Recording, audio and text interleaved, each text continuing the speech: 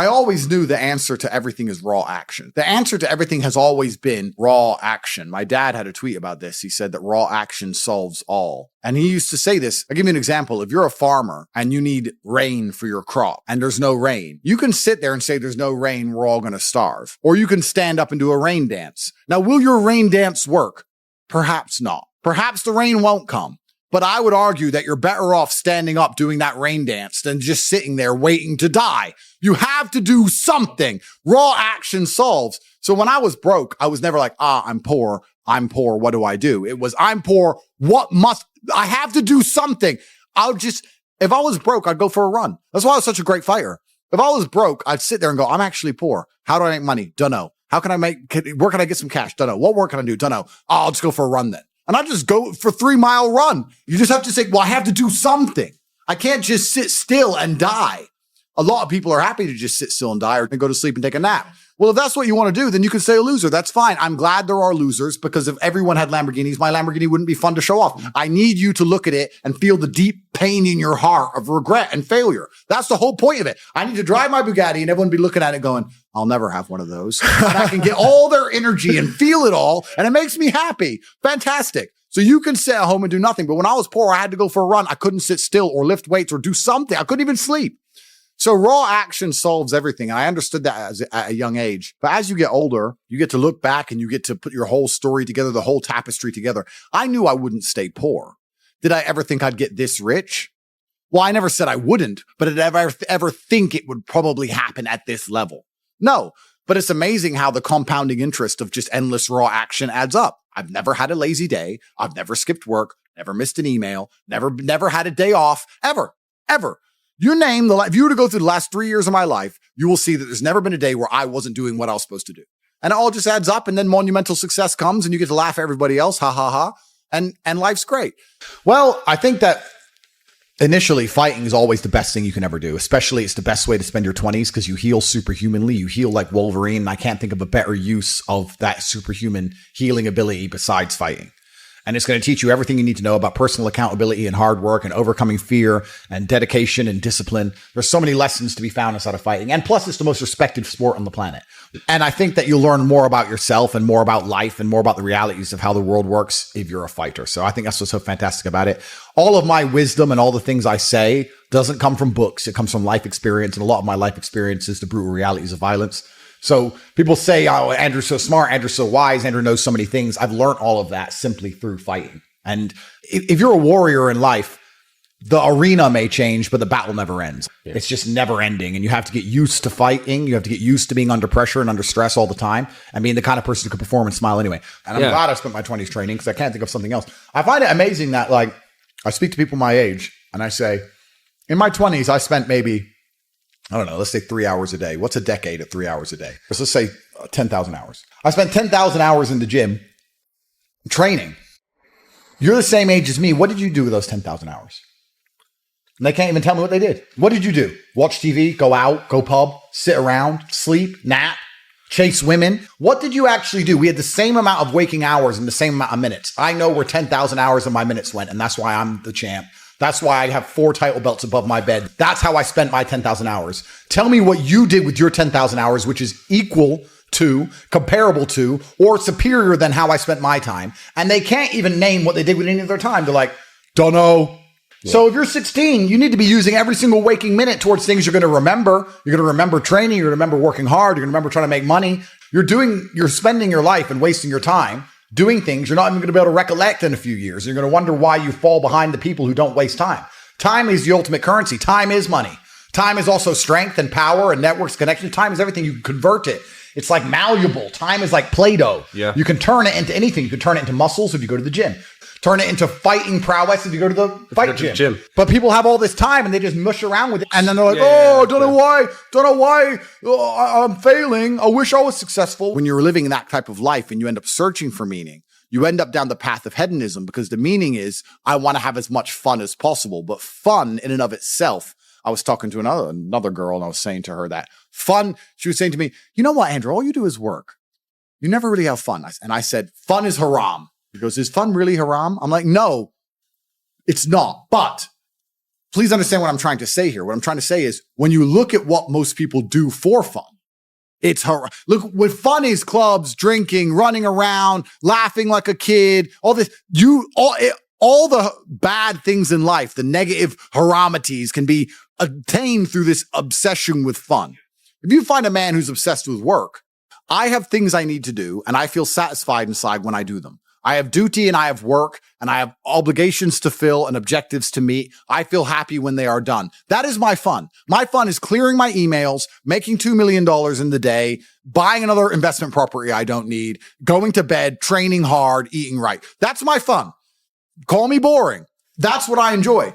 When you were talking about that lifestyle and what you end up searching for in that hedonism, you just end up searching for excesses, right? To have more fun, you want to get more drunk, go to more clubs, and it's just a black hole. It never ends, and you end up destroying yourself. Yep. We need discipline. We need purpose. We need to have parameters set for us. And truthfully, as a person, you're happier that way. That's why I quit drinking. People think I quit drinking because I reverted to Islam. That's not why. I actually quit drinking 2 months before that. I was extremely effective on alcohol. I would drink 4 or 5 times a week because I'm extremely rich and I have a very good life and I'm in my mansion and I'm drinking. I was still world famous. I was still making millions of dollars. I was still in fantastic physical condition. All the videos you watched me from a year and a half ago, I still look like a bodybuilder. I still outperformed everybody. I didn't have a drink problem. I could easily quit. In fact, I didn't even want to drink most of the time. It's just a party going on.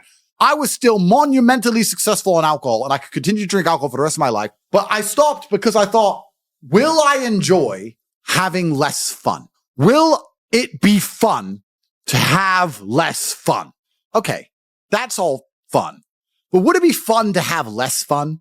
And I said, maybe instead of spending all of our money doing this stuff, we should spend all of our money getting very regimented. We should have loads of members of staff and we should be up at exactly 7:46 and we should have a coffee ready and hot at 7:47. And at 8:01, we should go into the gym and we should finish at 8:27 and we should have all of it. We should have everything regimented and we should produce more content than ever before, become richer than ever before, but just remove the fun and have fun in not having fun and just being monumentally competent and effective. Okay, well, I'll try it.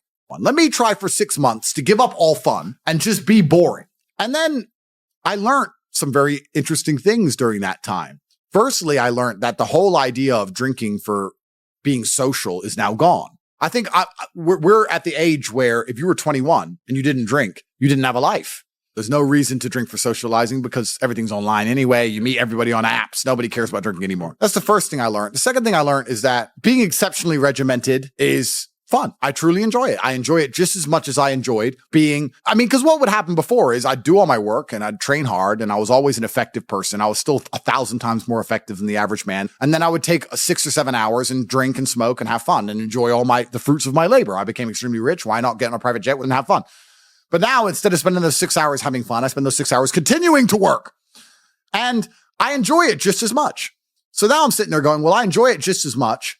And I'm not damaging my health. I enjoy it just as much and I'm making more money. So it really, truly ruins my day when a beautiful girl's like, can I see you? It's like, oh, I've got work to do. I'm regimented. I have to sit here and type. I don't want to talk to you and have fun and party. I don't want to do any of that. I want to do emails. You don't get it. I know to you it makes no sense. But you already have all this money. Why do you want to do emails? Because that's my fun now, regiment. So I decided to dedicate 6 months to being boring. And by the end of the 6 months, I was having so much fun being boring that now I will probably never drink again. I am 0% tempted to drink ever again. I'm 0% tempted by fun, which is what you said. And I completely get it. When someone goes, we're going to go here and it's going to be fun. I'm like, nah, you have fun. I'll do my emails. You enjoy. I don't want to go to clubs. I don't want to go to some party. I'm not interested in traveling. I'm not interested in seeing anything. I've seen it all anyway. I've been everywhere. Like, who cares? I'm above it all. I'm over it all. I want to run my empire and I want to spend time with people I love and I want to beat my brother at Uno and that's it. I don't want to do anything. Maybe I've gotten boring. Maybe I've leaned too much into the boring character, but I truly enjoy just being boring and regimented. And I like getting as much work done as possible. And that's why I'll never, ever drink again. So the whole concept of fun is alien to me. I totally get it now. When you said that, you're totally right. It's fun isn't fun. And then achieving things in work is fun. The only thing I guess I can say I do for fun is driving fast cars. But then I need to make $800,000 to buy a Ferrari. So it's still work involved, there's still work involved. But I really believe God's given me one of the best lives, and I can't complain about anything bad that's happened. It's all been fantastic. I'm truly thankful for all of it.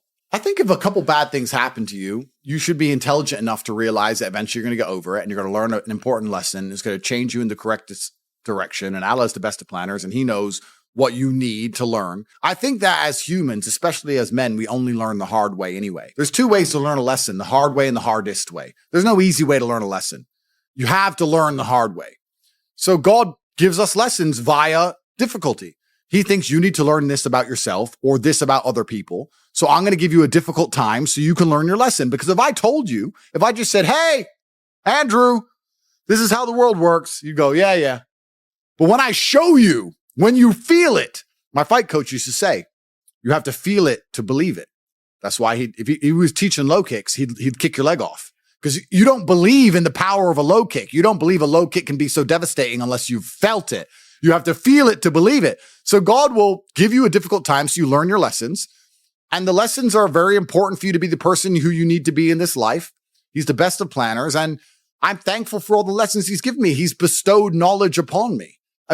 How could I not be grateful to God for making me so intelligent and wise and the ability to look into things so deeply and come up to the right decision and basically predict the future perfectly? You have to have difficulty happening to you all the time. So when you sit and say, I want an easy life, what you're saying is you're a dummy and you want to be a dummy. You want to stay a dummy. I want an easy life and I don't want anything bad to happen to me because even though it will teach me lessons, I'm too big I can't handle the emotional pain. I can't handle the stress. I don't want to be a dummy. I want to be smart. If I want to be smart, then hurt me. I just know that I become a more formidable, more competitive version of myself after every single bad thing that's ever happened to me.